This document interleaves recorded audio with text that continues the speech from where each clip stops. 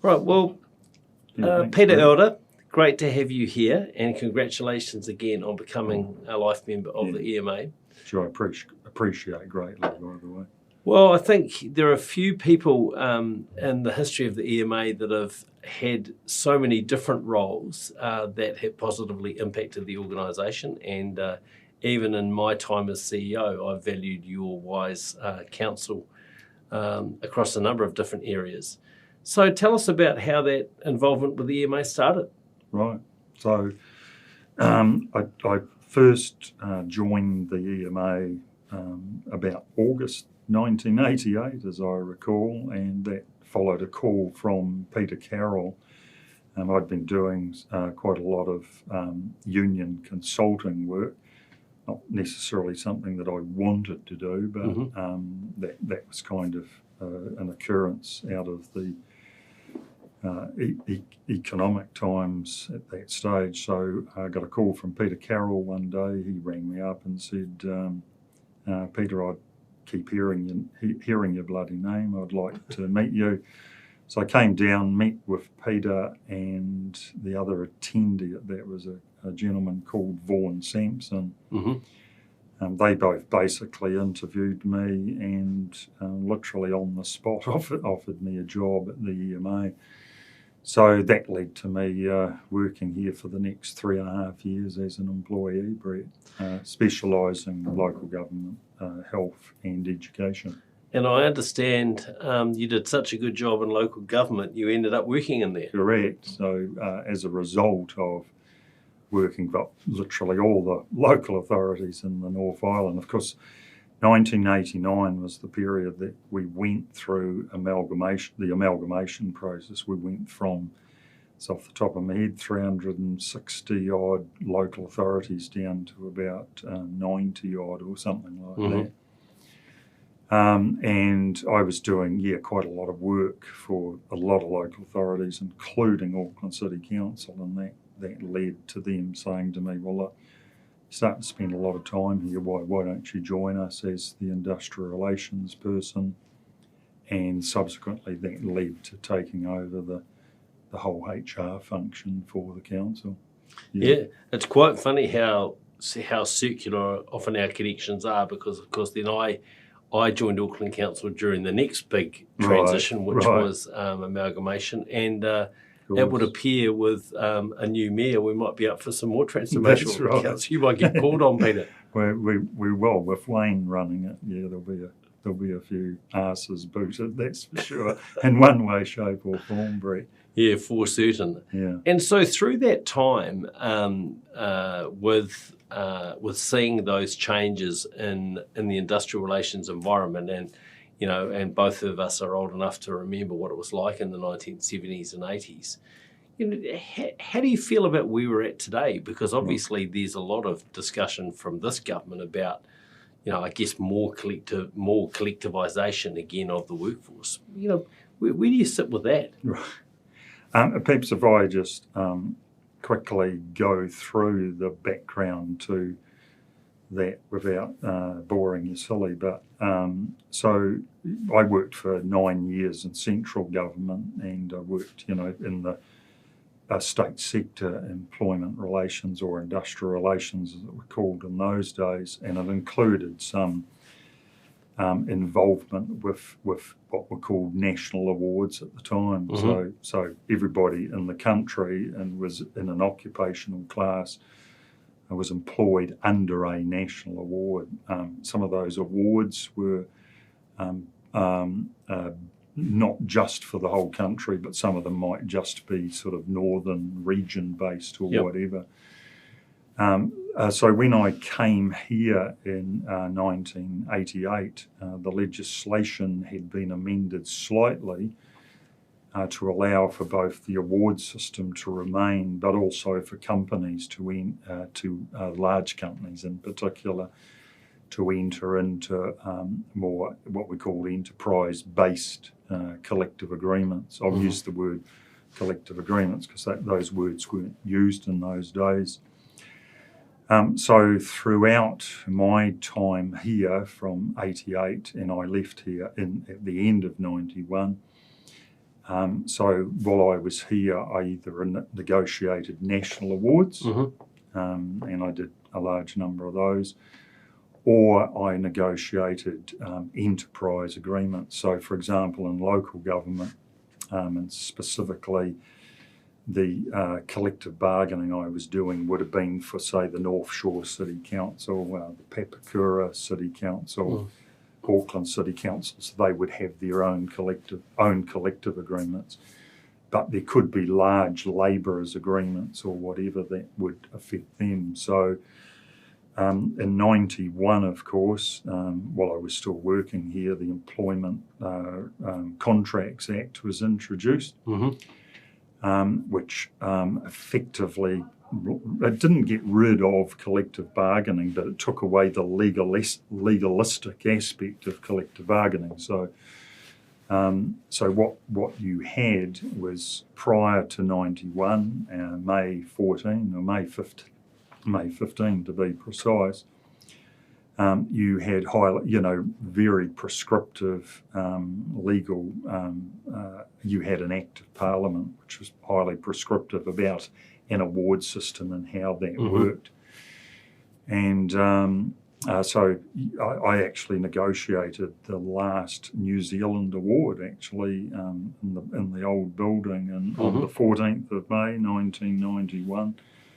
And the following day I had to start negotiating the Yellow Bus Company collective agreement. Yeah. What was the last one, Peter? So the last one I negotiated was the Electricity Managers Award. And ironically, about 4 years ago, I was in Wellington doing some collective bargaining, and I was at a union office, and I said, is that the Book of Awards out there? And they said, yeah, it is. I said, can I have a look at the 91? And sure enough, here was Peter Elder's name on the, writing on the last. And so they were all captured New Zealand in awards volumes. were captured in volumes, and anybody could go and look at them. And of course, it was kind of hard to imagine, isn't it, that you had this mindset where you were negotiating something that literally would either cover the whole country, or it might cover Taupo to the far north, or it might cover a greater part of Auckland. And the following day, you had to adjust your mindset to the fact that structure didn't exist legally anymore. So that was a really psychological. And I remember sitting here. We were shown an early draft of the Employment Contracts Act, and all of us fell out of our chair because it was this dramatic swing from what had happened from back to the 1880s. Here we are in 1991 with the award system going into now what was effectively just enterprise-based bargaining. It was a massive shift in mindset, And so there's obviously a lot of conjecture about,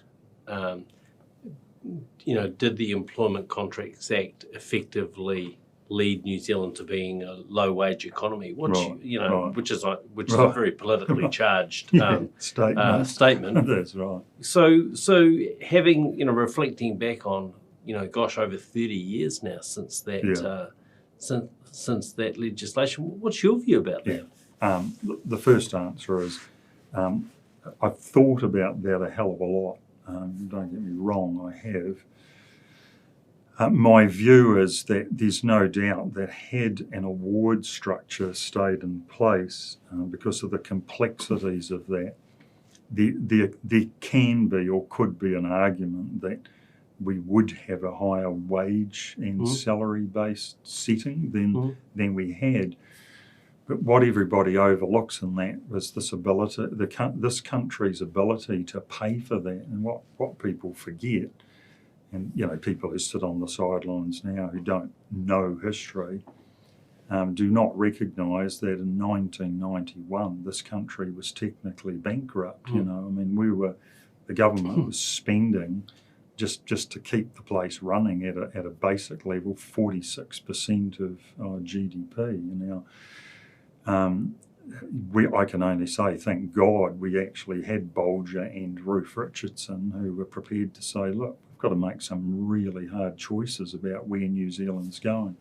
And I think we reaped the benefit of that, by 2014, 2015, we were being called the rock star economy of the world. And I believe that occurred because the changes that occurred in 87 and 91, as hard as they were, helped to build the platform for where we got to in that period. And the sad thing in my mind is the decline we've had since, about 2017. We've had a chronic decline.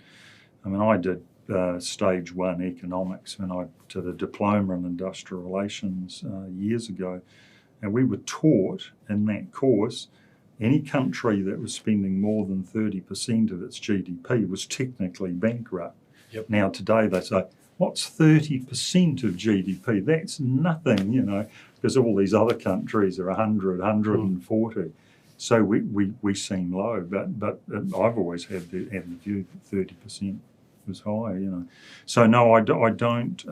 I think the changes made by the Longy Douglas government in 87 combined with the 91 changes were ultimately good for the country. Was 91 a push? The ECA was there to push too far? Possibly it was. Yeah, it's a really interesting reflection, because I worked in the Muldoon government and then I worked in the Longy government as a press secretary. And like you, I mean, it's hard to impress upon people just how desperate New Zealand was in those times. Absolutely. We've just been celebrating 50 years of Export New Zealand. Yeah. And the Export Institute was created out of the dysfunction of, the UK joining the Economic Union, New Zealand suddenly being on its own and sort of having to reimagine itself. And in many ways, as I, like you, reflect back, it's taken a long time for us to adjust. And yes, some of the changes that were made, probably, the law of unintended consequences applied. Yeah.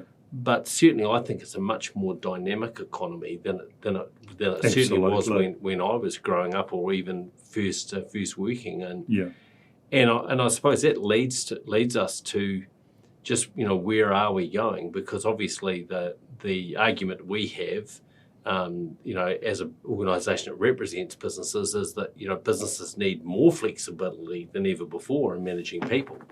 And yet we currently have a government agenda which is about less flexibility, which I just find, pretty hard to imagine how that's going to work in this kind of environment. Well, reflecting on the fact that this is something I've thought about a lot, but reflecting on the fact that I was conscious you might ask me some of this stuff. We look back, the period of as a result of the 87 and the 91 changes, they were hard choices, and none of those choices were made because people absolutely wanted to do it. It's because some people had the guts to say, hey, we've got to make hard choices here. The period between the 90s and the 2000s were exceptionally dynamic. And if you actually go back to 91, I recall there was a huge amount of discussion about New Zealand Incorporated. And you had the implementation of a huge range of management thinking about continuous improvement, the Deming theory, the quality movement. How do we make organisations quicker, faster, more dynamic? And I reckon we've lost all that over the last few years. I remember how dynamic that period was, and some of the best business literature was written in that period, and to me it'd still reflect on that as opposed to the business literature that's written today, quite frankly. Yeah, I think it's become, we've made business quite complex now. Yes. And I'm not sure that that people are equipped to actually deal with that complexity. And then you layer on something like a pandemic over the last couple of years. And it's no surprise to me that businesses are having the issues that they're having with well-being and how people feel, because I just don't think, there's so many different factors that people are wrestling with. So Peter, when you reflect on your experience, how do we recover from that? Is it back to the basics? If I just finished one part of the question you asked, what do I think about the new legislative changes towards what's called fair pay agreements? I think it's a total disaster waiting to happen, and I applaud the EMA and Business New Zealand's approach to say, you know what, you go ahead with it. We don't want to be a part of it, and I fully support that, because I think it's just crazy back to the past stuff. Look, one half of me will say, oh yeah, okay, across one or two industries, the idea of having some kind of collective agreement that might work well, say in the transport sector, yes, but the danger is, the real downside is you will remove what the competitive environment that we created through the 90s. Do you know what I mean? And I think that was the great thing about it. And it's ironic when you look at that transport example, which is often used by people who are pushing for fair pay agreements. Yeah. The largest procurer of transport in New Zealand is central government. Yes. And so so they could actually change the labour rates in that sector quite easily, just by mandating minimum pay and conditions. Yeah. But they haven't chosen to do that in the way they procure from local government and from their suppliers. So yeah, it seems to be a pretty fraught example around that. And then you look at other workplaces, even our own, and you wonder, well, how could you adapt to the complexity that we see in business now if you're forced to effectively operate the same as everybody else in your industry? Yeah. You can, that just takes away competition, and if I'm very much in that group of people that says, there's a book recently which was written by an American, How the West Has Won, and the West has won to date. Whether that's going to change in the future is a question we shouldn't get into, but what has been really important has been competition and capitalism. Whether we always like that all the time, we don't, because there are always unintended consequences. And out there, there's a lot of very poorly managed companies and all of that in the mix. But essentially, the idea that we have a competitive society where people are trying to conjure up new ideas and new ways of doing things is inherently good. Do you know what I mean? And the downside of socialism is it takes away that inherent competitive streak that's so important. But coming back to the question you asked before, what's it going to be like for businesses in the current environment? To some extent, I don't see it as being a hell of a lot different to like what it was in 87 and 91. I think one of the things that is added, and you used the word complex, there was a guy made a great statement about the new millennium, and what are the 2000s going to be like, and he said, well, there's good and bad, the bad bit is there are going to be massively more problems to deal with in the world, and the complexity of those problems is going to be far greater. So the idea that you can just sit down and work out a few easy solutions, that's all gone. But there's one, so what's the good thing? Well, the good thing is for people who love complexity and problems, it's going to be a great world to live in, So one of the things I have really enjoyed in my working life is dealing with complexity and problems, and that's, I've worked equally as much in the private sector as the public sector, and, the true public sector. So I've seen them both firsthand. Look, everybody I know and talk to in business at the moment is under extreme pressure. And look, let's be clear, the Reserve Bank and the government printing a whole lot of money and borrowing a whole lot of money at very cheap rates has been quite good for a number of companies. So, I saw during the last 3 years, a number of businesses did quite well off the back of everybody having 2% mortgages and their house going up and thinking, I'm rich and let's rush out and spend a whole lot of money within the dynamics of lockdowns. So a lot of businesses have done fairly well, but I think that we're now hitting the end of the road. I mean, interest rates on mortgages are going to get to 8%. That seems now pretty clear.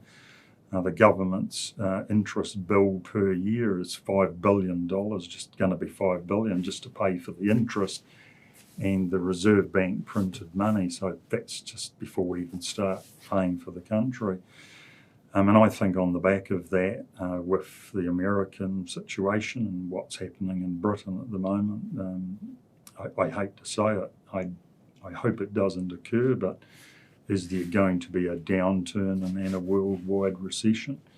And that will always mean bad things for New Zealand because, to survive, we've got to export to the world, end of story. Balance of payments, which you know better than me, that's looking terrible at the moment. We're going backwards at a huge rate of knots.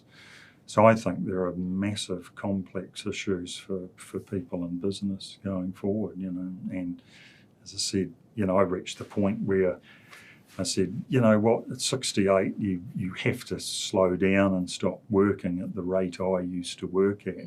That was literally unsustainable past the age of 68. But one half of me says, I'd still love to be involved in some other way because I've been there before and I've helped people through those, lots of difficult times, Yeah, I mean, the word resilience gets tossed around a lot, but I know in my own case, and I talk to a lot of other business leaders, obviously as part of this job. I don't think people have ever felt so tested, and I think you neatly laid out many of the issues that you're facing, but you can't escape from it. No. It's in the media, it's in social media, it's in your discussions with people. So, I've just recently been away on an extended break, but actually, an extended break to Europe only gets you more exposed to what's going on there. And we've been thinking a lot at the EMA about, what does support look like for businesses in this environment, and whether we go into a recession or not. It certainly feels pretty grim for people. I think an extraordinarily important element of that is connection. So this idea, and I've always felt that the EMA was a place that should be the place that connects people who want to talk. And, the number of business owners and people who have shared with me, just the dark spaces they've been in, and that they're experiencing now. I think there's a huge psychological element in that, obviously, and so I think the EMA has a big role in being able to connect people with the fact that, hey, number one, you're not alone. Number two, there aren't simple answers, but that ability to just have somebody to talk to. And I think, for me, that was certainly one of the best parts of my role over the years was, charging around all these various organisations, and there was always that bit. So you did the work, and then there was always that bit at the end where the manager, or there was an HR manager, or it was a business owner, or it was a director of a company, or whoever it might be. oh, Peter, just before you jump up and walk out the door, you know, I'd like to just have a bit of a chat, you know. And so what they want to know and hear is what is happening out there to others, do you know what I mean? And what are other people experiencing, do you know what I mean? I'm huge on strategic planning. Yep. I think, you know, I was lucky enough to work with some very good companies and assist them with their strategic planning processes. So to me, I think it's just so critical that companies twice a year put you know, the management team, or it doesn't have to be the management team or the next tier of people, spend 2 or 3 really solid days out of the business talking about what it's like. The other thing I did when I was an HR manager at Auckland City Council, you know, I made sure that there were 2 to 3 days, or always 2, that I did never sat behind my desk. I got in my car, I went to the other councils, and or I walked around the organisation, and you know, I just learned a huge amount by jumping in my car and going to Manukau City Council, Rodney, a district council, whatever it is, and talking to them and saying, you know, what are you guys doing that I, you know. So I think the EMA plays a huge role. And perhaps over the last few years, I've felt it hasn't done enough of just being the conduit for people to talk, you know, like, I don't know, having various topics that people might want to talk about where there actually isn't a cost involved, because I think the benefits of doing those things, you know, is hugely, there's a huge offset for having done those types of things, you know. Yeah, it's interesting to hear you say that, because I think probably one of the best events we've done in my almost 4 years here is we held an event in partnership with NIB off the back of the recent wellbeing survey we did, and we had a bunch of, I'm going to say about 80 CEOs or C-suite people in the room here, and it was just a fantastic conversation. You know, and my late grandmother used to say, you know, a problem shared is a problem halved. Yeah. And it was definitely about that, and I think that is, you know, we established the strategic theme for the EMA for last financial year and this one we're in, which is strengthening our communities. And I think that is the unique thing about us, is that we are a community of businesses. Yeah. But I think over time, you know, a lot of that, the way we communicated was via email. Yes. And actually, our community is actually at its best when we really have people, you know, doing this, sitting down face to face and sharing those kind of war stories. And as good as the technology might be, and we certainly have done more webinars and those kind of things as really necessitated by COVID, that it's the face-to-face stuff that the EMA does that really makes the difference. Yeah. I mean, you know, as a human resources specialist, this idea that everybody will ultimately work from home was never going to work. I mean, I did a lot of work on that when I was at Auckland City Council. We thought, can we start to look at ways of people, you know, working from home? And at the end of the day, I could go with people working from home sporadically to finish projects or do whatever, so they can. But the concept of organisationally people working from home it's been a great short-term thing, but long-term that's just not going to be sustained, you know. I loved one of the comments of one of our EMA team. Just recently we were talking about some of the changes we're trying to make in the culture here. And she said to me, it's pretty hard to change a culture if you don't have everybody in the same place. Yeah, that's right. You know, I mean, and I think that holds true. And while you do get some productivity benefits for sure, that need to actually, you know, be face to face is kind of, I think, almost a fundamental part of being a human being. Yeah. Well, I mean, I went through that personally. So here I am, HR manager at Auckland City Council, thinking about, you know, what I'm going to do with the next part of my career. And what got me really thinking was the CEO tapped me on the shoulder and said, oh, Peter, we wouldn't mind you moving out of HR and managing one of, our big structures in the outfit. And I'd already started to think, what did I want to do with the latter part of my career? So again, I chose becoming a consultant, literally standalone.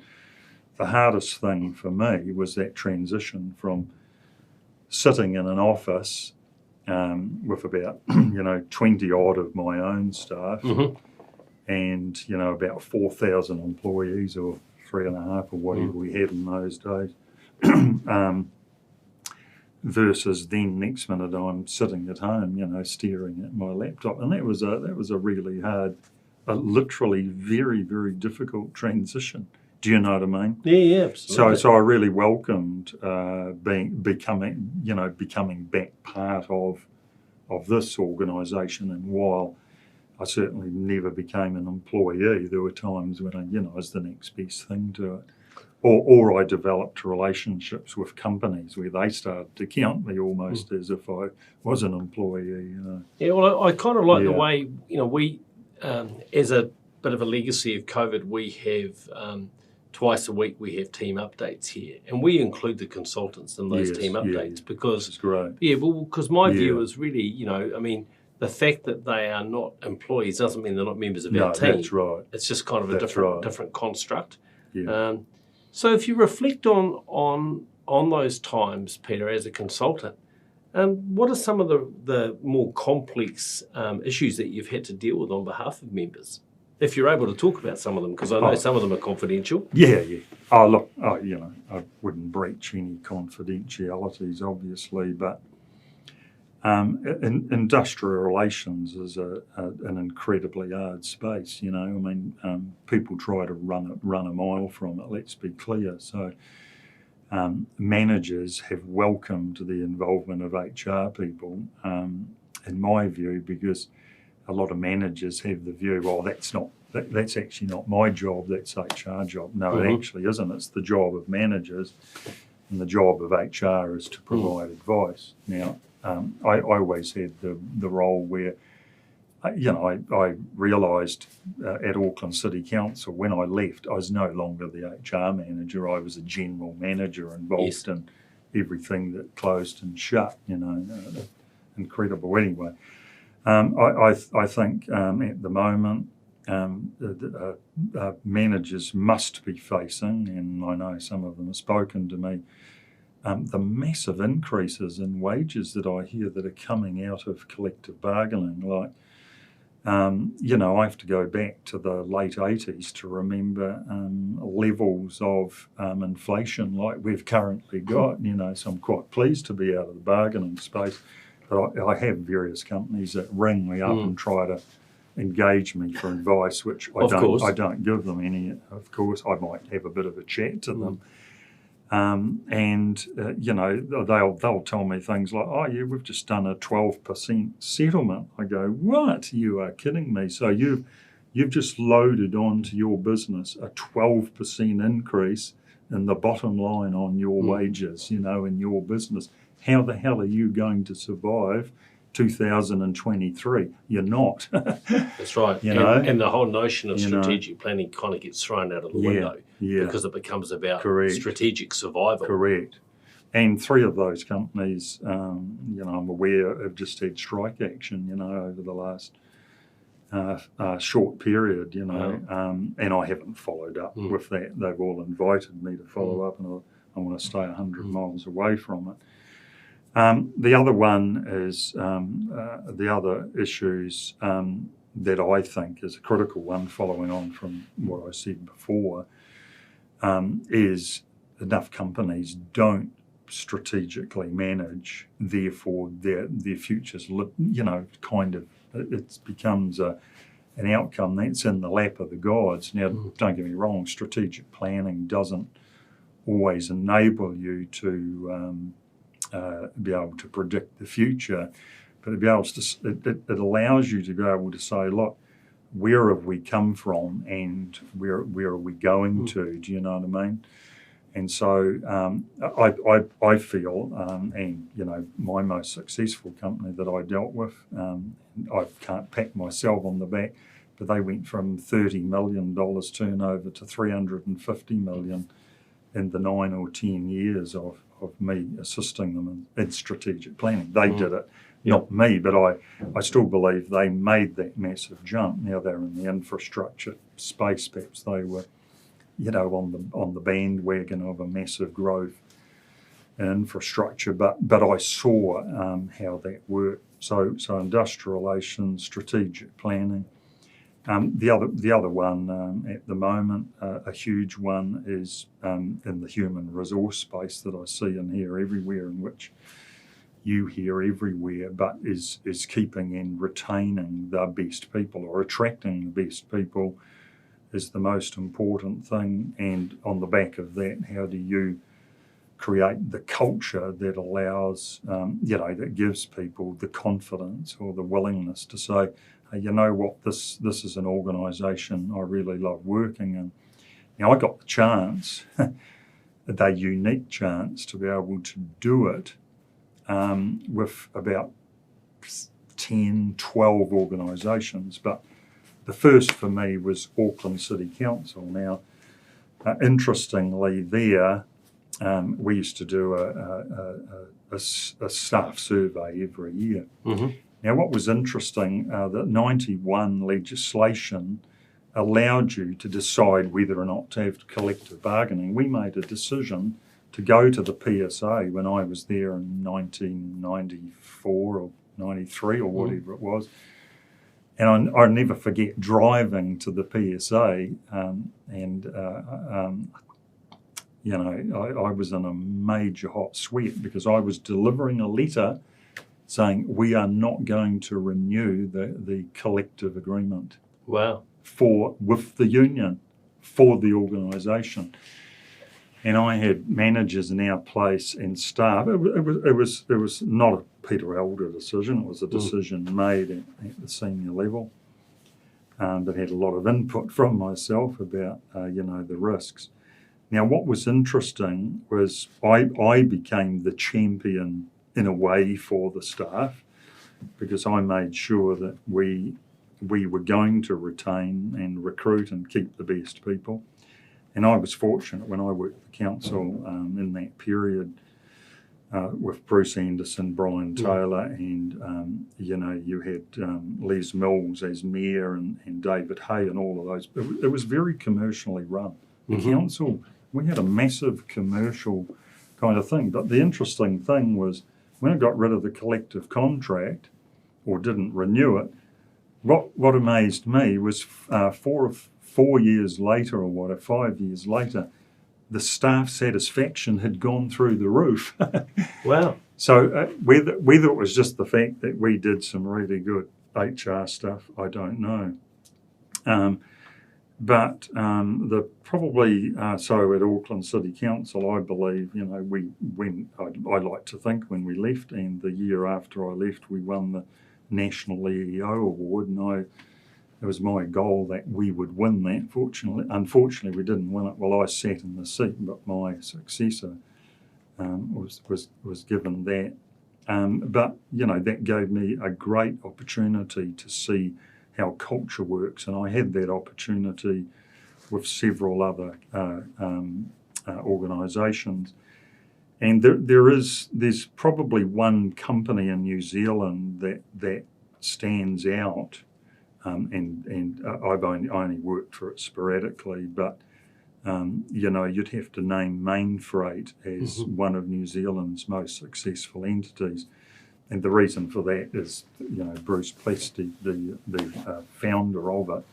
Funnily enough, when you work in the organisation, you understand it's not, the people are not the smartest, brightest people you're ever going to meet. But what a lot of people overlook about a company like Mainfreight, and we were talking about the freight sector before, or transport, is actually all the people who are really engaged at Mainfreight are actually contractors. They're not employees, which a lot of people don't realise. Yeah.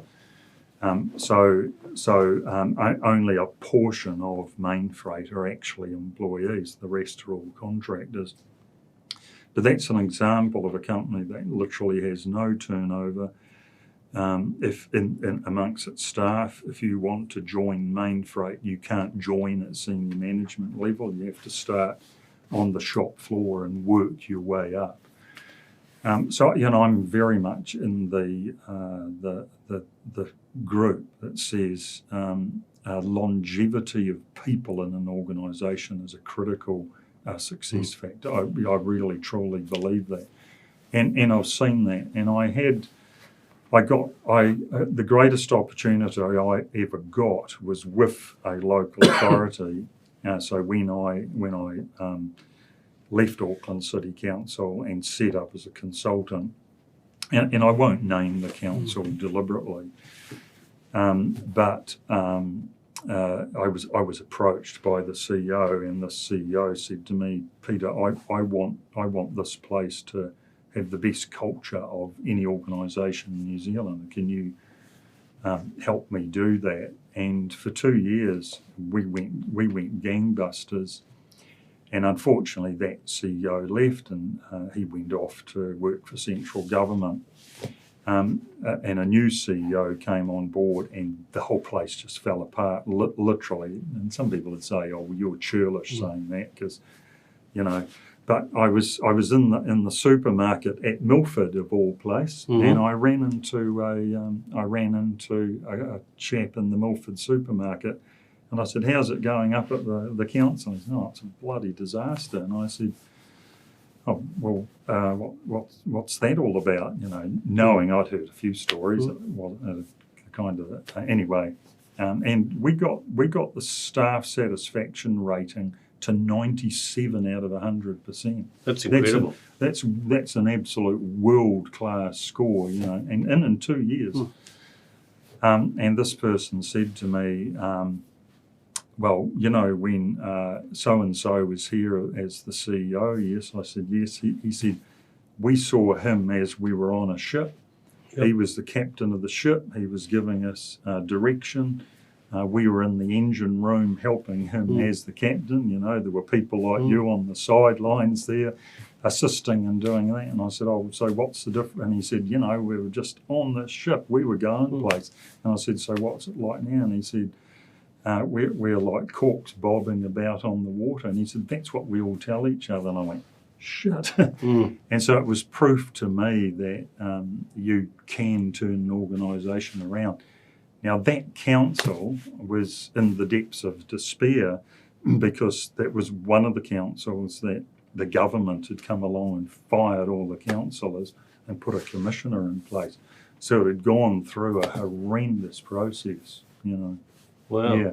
So it was proof to me that with the right type of human resource interventions, now a person like me only gets so many opportunities to do that stuff, but you can do it, but it takes massive commitment. So what advice would you give to HR managers today? Given that what are those basic principles that you should stick by? Yeah. In those roles? Well, I think the first one is don't think you're bloody important, because you're not. So humbleness goes a long way, because if you ain't straightforward and humble and down to earth and you can't relate to people, you should not be in that job. So I'm a huge believer in people will say, well, human resource managers or people, I'm talking about managers generally, not just HR people. You've got to be able to relate to people. That is just a critical skill.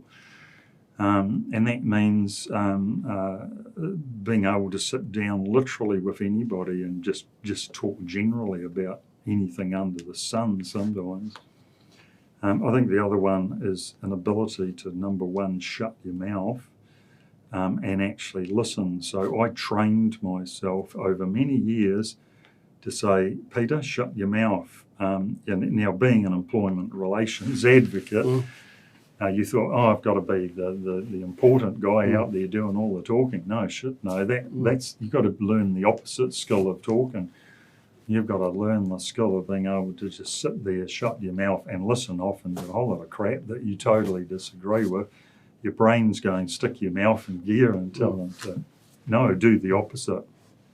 You're going to get your turn, So that's really important. The other one is to get out and look at other organisations. What are they doing? What is it that you can learn? So when I was at Auckland City, I would ring all sorts of companies like Fletcher's and all these other outfits, and I'd say, look, do you mind if I come and talk?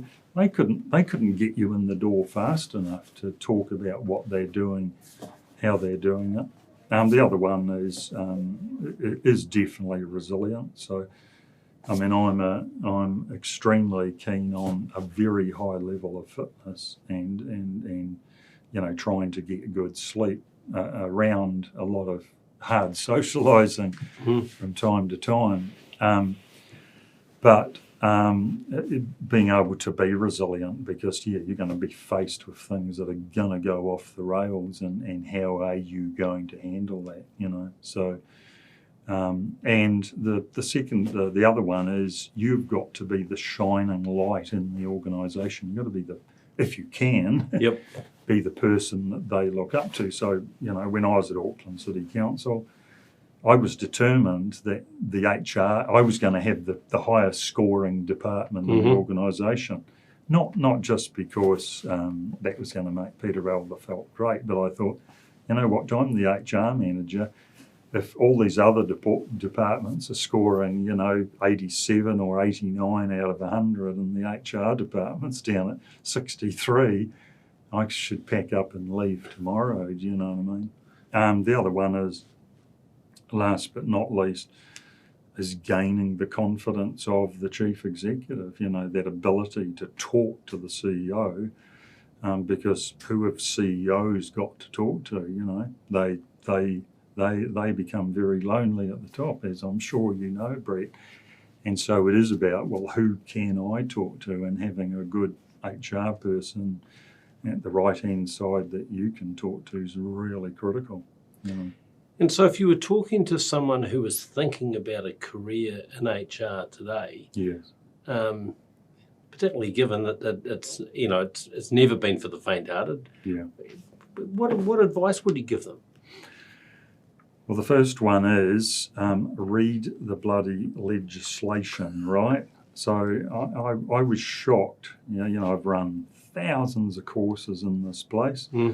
That had huge numbers of HR managers and payroll managers come to all those courses over the years. The first question I would always ask, who's read the Employment Relations Act? And I was shocked. Every time, nobody had read it. Wow. Literally every time, nobody in the room. They might have looked at something. Payroll people, how many of you read the Holidays Act? No, I don't want to look at that act. How the hell do you know what you're doing? So I've always believed one of the critical things is you've got to be top of the game. So you've got to be better than all the law firms out there. You've got to be technically massively competent, because the CEO is going to come to you and say, well, Peter, what's the advice? And I wanted to give the advice. So that's number one. The second one is, I'd start reiterating a lot of those things I just talked about, which is the critical one is an ability to relate to people. The third one is make sure you hold strategy meetings twice a year with your team or as part of the organisation. I was massively in favour as an HR manager. We had the Monday morning meeting with my team at 9 o'clock every Monday morning. Had a meeting. If that meeting had to go for 2.5 hours, so be it. Didn't always, but I wanted people to know what they were going to be doing for the week and what had happened in the last week. So, communication of critical, telling tales out of school. When I left Auckland City Council, I said to the person, some of my staff members, after they'd left me, I said, do you relate much with the HR manager? And they said, no, he sits in his room and sends us emails. And I went, what? I nearly bloody died, I never sent the staff an email. Never. It was just always a face-to-face meeting. Do you know what I mean? Yeah, I often think technology, the great enabler that it is, but it's actually disintermediated a lot of those relationships that we used to really rely on in organisations. Yeah, no. So, MBWA, Management by Walking Around, fantastic article I read in the early 90s, shit share, get out of your seat. Don't sit there staring at the laptop. Get out and, relate to people, And at Auckland City Council, as I said, I'd often just arrive at all these departments unannounced, sometimes to the consternation of managers. But after a while, they trusted that I was just going to show up. And I'd just talk to staff, employees down the corridor, and they'd tell me the most incredible things that were going on. So I knew a lot about what was happening. And last but not least, you've got to become an expert in things like remuneration, EEO, and all that, health and safety, and all those other core competencies. But it's interesting work, isn't it? It's highly interesting, and on 3 or 4 occasions, I was invited to put my hand up for significant other positions outside HR, and sometimes I'd sit down and think, what would have happened if you'd taken that job? Do you know what I mean? Mm-hmm. So I got approached at Auckland City Council to put my hat in the ring to become the director of planning for the Auckland City, And I often think, me as the director of planning for Auckland City, but because you're surrounded by lots of technical experts, your job is to be the conduit, And I think it's interesting, isn't it? Because these days people are expected to be leaders, managers, coaches, technical experts. That's a lot to pack into one role, isn't it? Yeah, it is. It's massive. And you meet along the way very few people who actually have those skills. Interestingly enough, I've often thought about this. A lot of the best managers I've met were trained initially as civil engineers, oddly enough. Interesting. Seriously.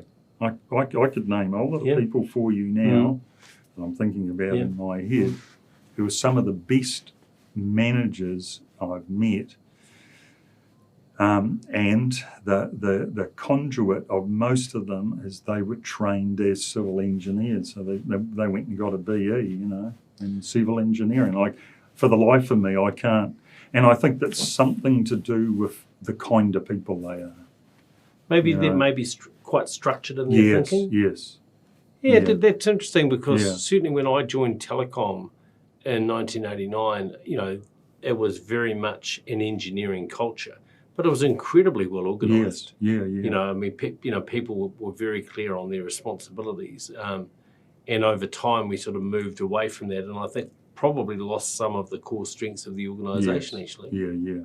Interesting. So maybe we should be encouraging more people to do engineering. I think we're trying to encourage people to do that because we think the world's become much more about technology, but maybe there's some other skills there as well. Yeah. Well, at the end of the day, what is the mix of what makes a person a top manager? Do you know what I mean? So I used the example before of Main Freight. And it's hard to escape the fact they've been one of New Zealand's most successful companies, if you put aside Fletcher's and some of those other things, but some of those other organisations. But if you read the Main Freight story, Bruce Plested, accountant by trade, but he moved way on from being an accountant. He thought about what makes an organisation the best, and of course he worked for New Zealand Railways, and he wanted them to start something like Main Freight, and they told him to bugger off. So he elected to leave and start the business. I think New Zealand's a lot better off for that, and I think the EMA is a lot better off for your service, Peter. Yes. So thank you today for your insights. Yeah. Thank you again for the long service that you've given our organisation. And for any of our members, even though you're not as active as you were, we know that you're only a phone call away when we need you. Yeah. So, Peter, congratulations again on a great career. Yeah. Thanks very much, Brett.